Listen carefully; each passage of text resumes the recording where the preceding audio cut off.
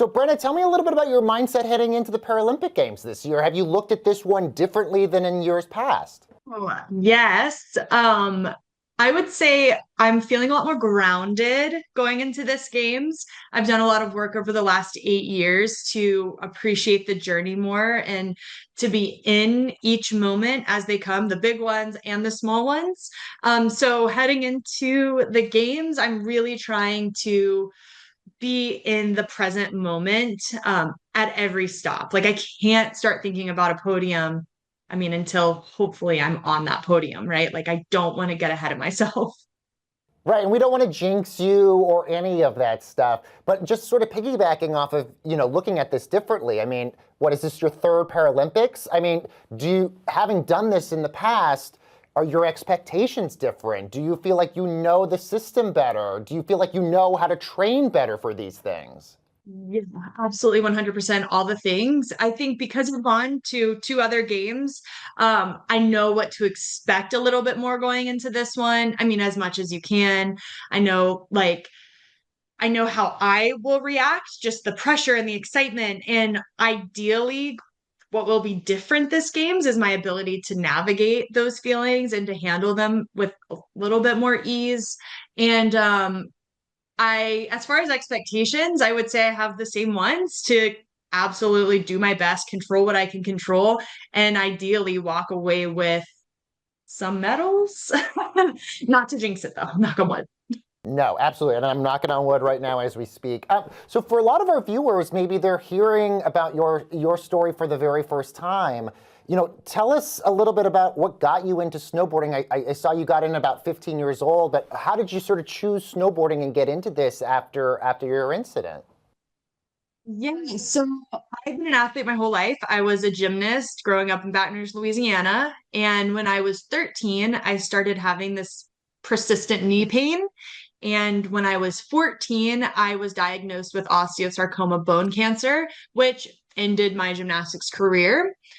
I say that so matter of factly because it does feel at this point in my life very matter of fact, though at one point it was a very big deal. So we'll just get that out there. But now I look back and I'm like, okay, these are the facts. And after that time, I went through an identity crisis. Who am I without gymnastics? And that's when I was introduced to snowboarding on a rehabilitation ski trip.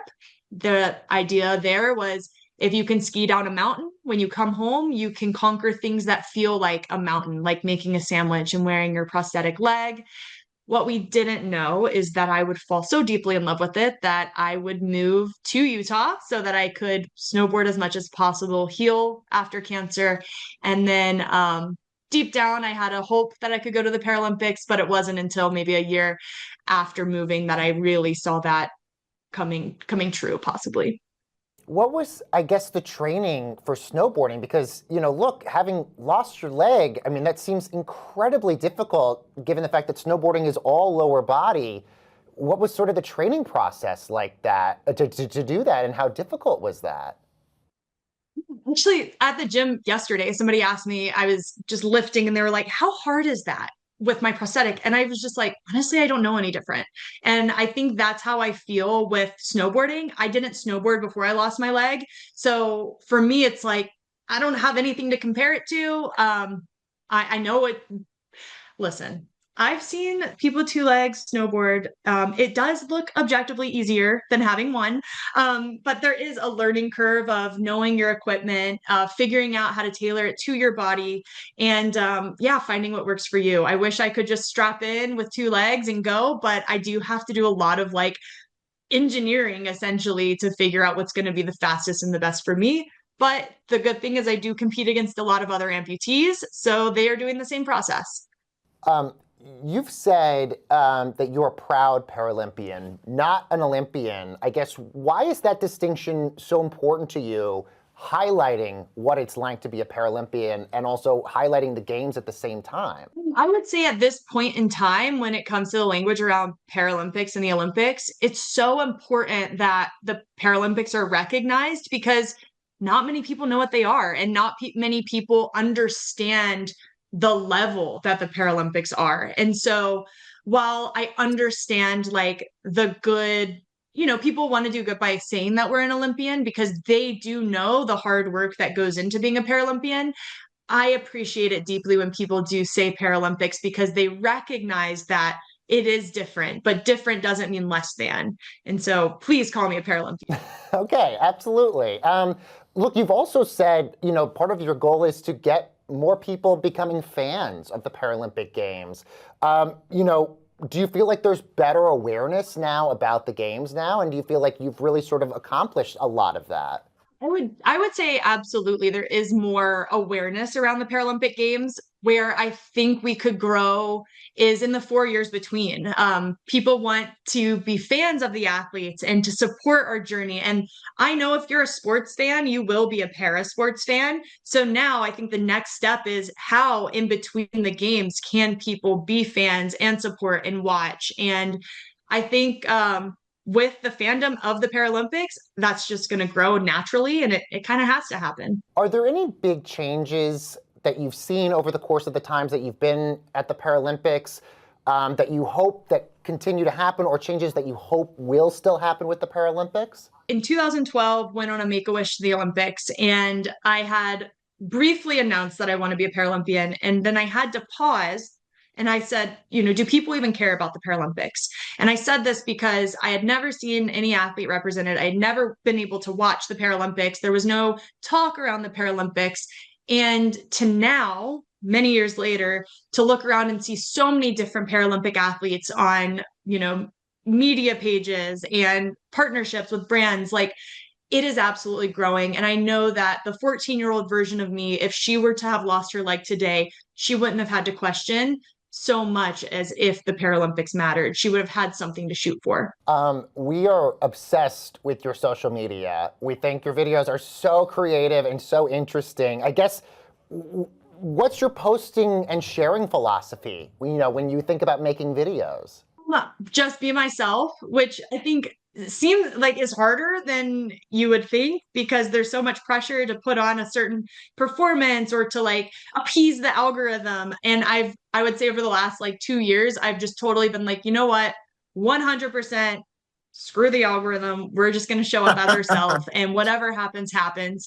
And it's been really healing for me. I have a lot of fun with it. And yeah, it's just, who am I? And that's what we're going to put out there. What's I fun? love What's that. fun to create? No, exactly. That's the whole point of social media, or at least what it's supposed to be the whole point of social media. I know you've teamed up with Hershey. Tell us a little bit about your partnership with them and why you wanted to team up with them. I am so excited to be partnered with Hershey's. First of all, I am a sweet little treat kind of person. I have 2 kids. We have dessert every night. And a lot of the times it is candy. That organic, very natural. But second, one thing that I really love about Hershey's is the happiness is the gold campaign right now, and knowing that like the journey is what matters, and the journey is where we find happiness, and in those tiny little moments. And the outcome's not guaranteed, but the process is. And so for me, it was such a just natural fit because so much of my journey is making sure that I'm in it and I'm aware of just how grateful and how amazing this opportunity is. And there's always moments for bite-sized moments of happiness. I love that. This is my last question. It's sort of piggybacking off of that. Obviously, you've had so many challenges and setbacks, but you've risen above it, and I can just feel your positivity just radiating through this phone right now. What's your advice to those who are going through challenges and conquering them, and not just conquering, thriving after that? I mean, listen, we could sit down and have a 30-minute conversation on all the advice that I would give. But if I just had to narrow it down, I think nothing is permanent. Things may feel very permanent and they may go on for a long time, but the nature of life is it's going to change, and it will change for the better. And in those better moments, it will change for the harder. And just knowing that as things change, you have also changed and grown with it, and you can handle everything that comes, even when it doesn't feel like it. And so in those darker moments, remembering that it's not permanent, and in those really beautiful, happy moments, remember that it's not permanent and be in that moment, because, we're not guaranteed the next. So I think that's the biggest one that I would give right now. Again, not always easy, but just reminding yourself that it's going to change. Amen. I will send you my bill from my therapist. That was so beautiful. Brenna, such a pleasure to meet you. We are all rooting for you. This country's all rooting for you, and best of luck at the games.